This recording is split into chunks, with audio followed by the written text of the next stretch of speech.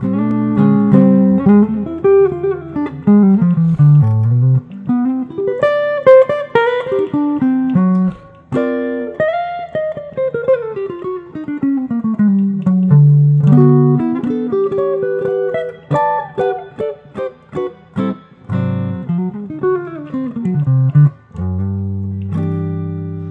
there. Okay, I get a lot of questions about how to practice. And so I wanted to address this in a few segments here.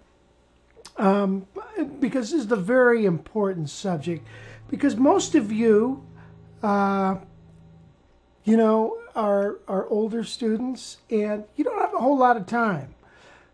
It's not like we're little kids anymore and your parents can go out and earn a living and you can sit home and practice, which you didn't want to do anyways. You wanted to go out and play. But so anyway, we want to be able to use our time wisely. Now, what has really helped me over the years is the teachings of Howard Roberts. And Howard seemed to really devote a lot of time and a lot of research into just the mechanics of learning.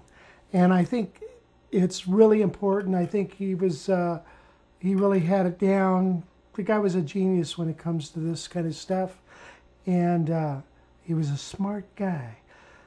And so anyway, I want to impart a lot of the things that I've learned from what I've read, from what I've been taught from playing, teaching at GIT, and from teachers like my old friend Mitch Holder.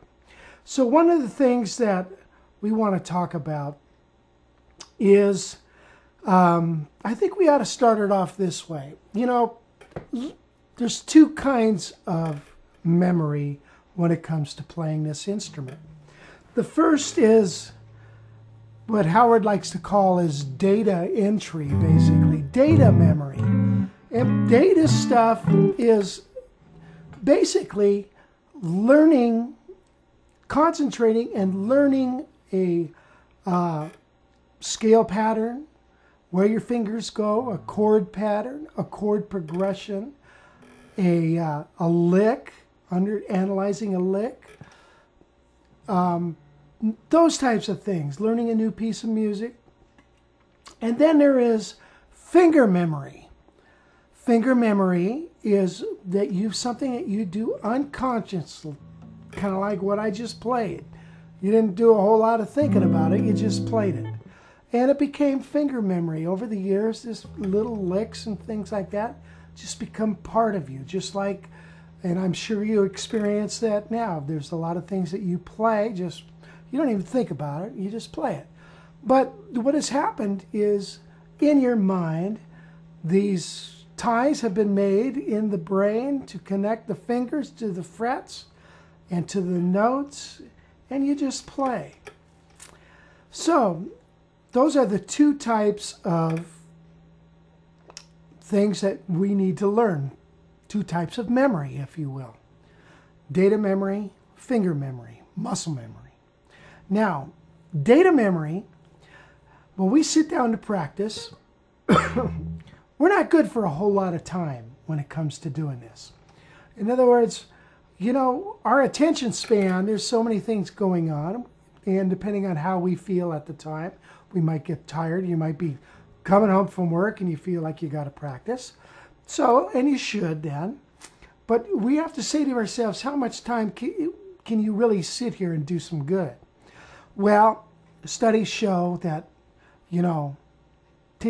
10, 15, 20 minutes is about all you're good for when it comes to the data input into the noggin, where you're actually studying something and you're working on placing the fingers in the right spot, okay?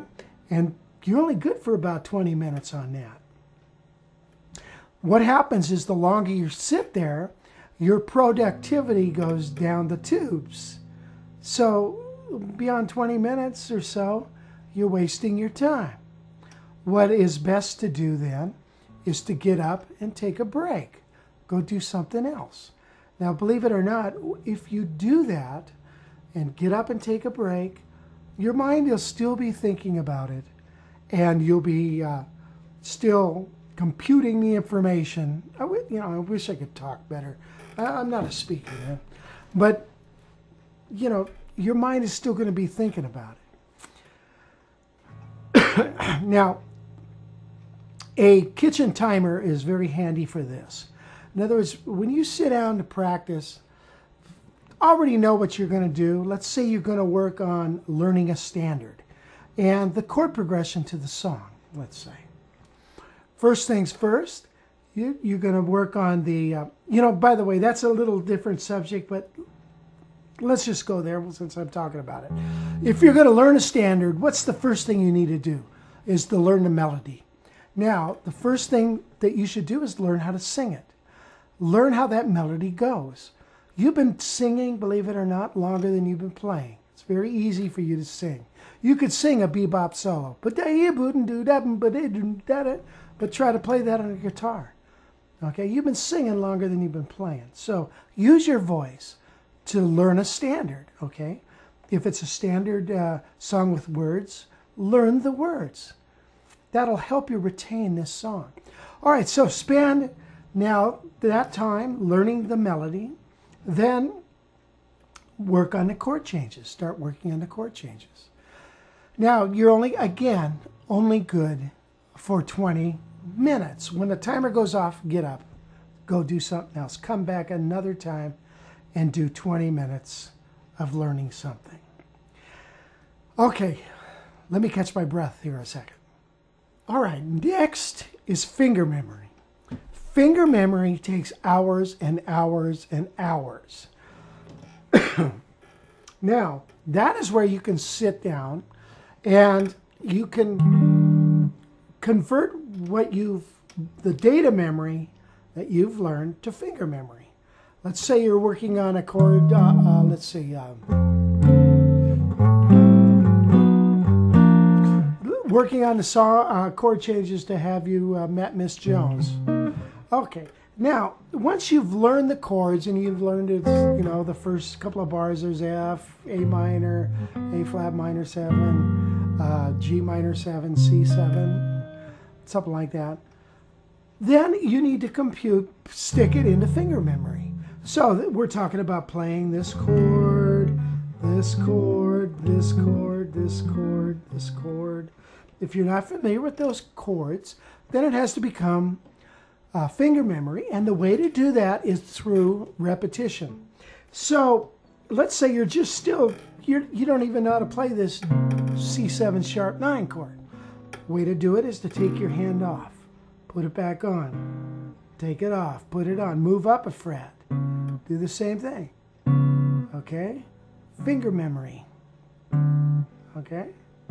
You're going to do that. Now, a good time to do that kind of stuff, finger memory, is when you're watching TV. If you're ever sitting down watching television without your guitar in your hand, you're wasting your time. Okay? Well, not really. I mean, but really try to, there's 2 hours you'll never get back. Why not have your guitar with the hands on and convert some of the stuff you're working on to finger memory? Very important. All right, so that takes hours and hours and hours. So don't confuse the two. All right, so don't think that, I could do 20 minutes of finger memory stuff and that's going to do it for you. That's not true. Okay, you can do 20 minutes of your focused studying of a piece of music, then that's all you're good for. Take a break, come back, do another 20.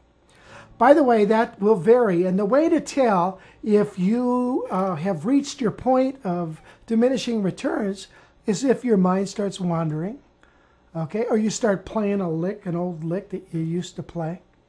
All of a sudden you're playing a Stones song when you're working on some jazz piece, then you've kind of hit the wall here. Time to move on.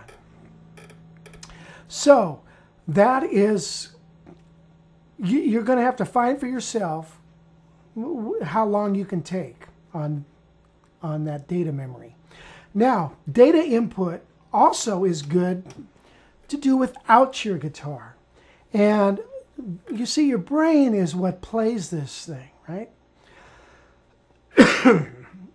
Excuse me. So if you're working on a piece of music, what I used to do is take a piece of music, go sit in a chair, nice relaxing chair, have it be quiet, and just look at the music, and in your mind's eye, picture where your fingers are going as you look at the music. Okay, picture in your mind's eye your fingers hitting the fret. Okay, and you'll find that you can successfully do that, and many times you'll look at it and think, where does that at? Where's my fingers at? You're supposed to go. Now you've just located a problem point, and now you can go back and sit down with your guitar and do it, and just focus in on that area. So one of the things that you want to do is you want to chop things up into small bits of information, small bits of time, and you also want to practice very slowly. And you want to make it as simple as possible. Okay, those are the 4 S's, and that was found from the Practicing Mind book by Thomas Sterner. I think it's a good thing to do. And Howard talked about playing things slow and exact and precise. Don't keep making the same mistake over and over and over again.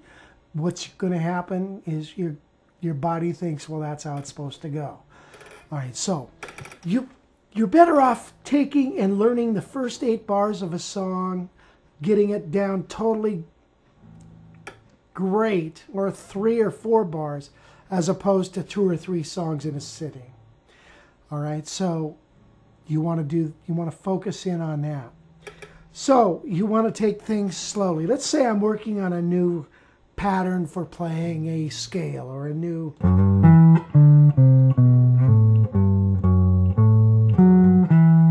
play slowly and precise.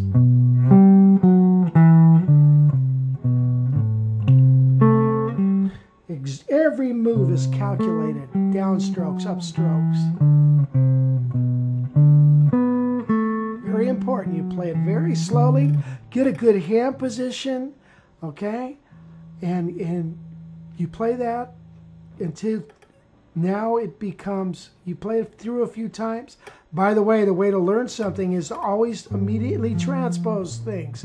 If you're working on a scale pattern, immediately transpose it. Okay, if you're learning a new blues pattern,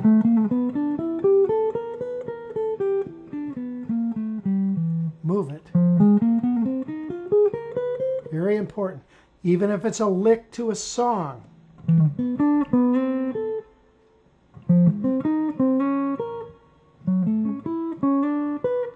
Okay, that's how you get it converted to finger memory, as well as you understand how the notes are relating. So that's very important to transpose. So we've got the 2 kinds of memory, right? Data and muscle. Now, the 20-minute deal are very important. For me, though, I've never been happy with that. I like the number 45. For some reason, I like to sit down and do 45 minutes. And then, but if I find myself going into la-la land, I get up and I move on. Do something else. So that's, you'll find your time limit, but use a timer. And when in the beginning, find out what works for you. Use the timer. When that timer goes ding, don't reset it and say, let me do another 20. Get up and do something. Here's what happens. If you practice 2 hours one day, you say to yourself the next day, you know what? I did 2 hours yesterday. I'm going to skip today. Or only do 10 minutes. That doesn't work. It's got to be a consistent time. You got to put in your time, 20 minutes. If you could do 20 minutes 2 or 3 times a day, and then your muscle memory work, okay, with watching the television or whatever, it's very good. You'll do well.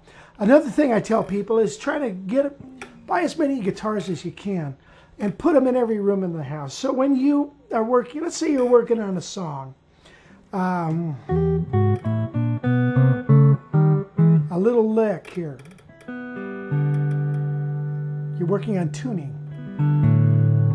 Okay, you know, if I'm working on this thing, you know, if I walk into the garage and I see a guitar sitting there, an old beater, I'll pick it up and go play it one time, and then that's it. Go into the kitchen. You know, your wife lets you have one in the kitchen, right? Play it. You go to the den, there's one. Good. So make sure you know, try to have as many guitars as possible. I'm going to catch heck for that. All right, so anyway, that's just another thought, just to input into the mind what you're trying to work on. Slow, practice slow, small bits and pieces, short periods of time. Okay, very important. And you'll get it. And keep it simple. In other words, use the simplest fingering. Use the simplest picking pattern. The one that makes the most sense to you. Don't try to do impossible things. Okay? Logically, take a look at the guitar and make sure you're using the right fingerings. The guitar should be simple. Try to make it as simple as you can, okay? Don't try to make things hard just to make them hard. All right, I think that's about enough right now. Howard, you know, has taught a lot on this, and you can find it on the internet, and I'll do some more about it. But just remember that, the two types of memory and how important it is. You know, I also want you to know this, that in everybody's development, you know, Wes Montgomery played exactly like you did at one time. You know, Jimi Hendrix played exactly like you did. He was where you are. You know, all your guitar heroes are exactly where you are. They didn't stay there. But so in the progression of learning things, we all kind of learn the same way. And we only have a certain amount of time to do it. So what we've got to do is use our time effectively. Another thing, important point to remember is that you generally learn things in the time that you have to learn them. In other words, if you've got a gig coming up on Friday and you've got to learn 10 songs, you do it. If you've got 6 months to learn 10 songs, you'll do it. So sometimes some goals are very important for you, you know, and accountability with some other musicians. Well, anyway, that's enough for now. I will talk at you later. I hope this helps you, and we'll get into some more things like this. I find this stuff fascinating. I will talk at you later. Bye for now.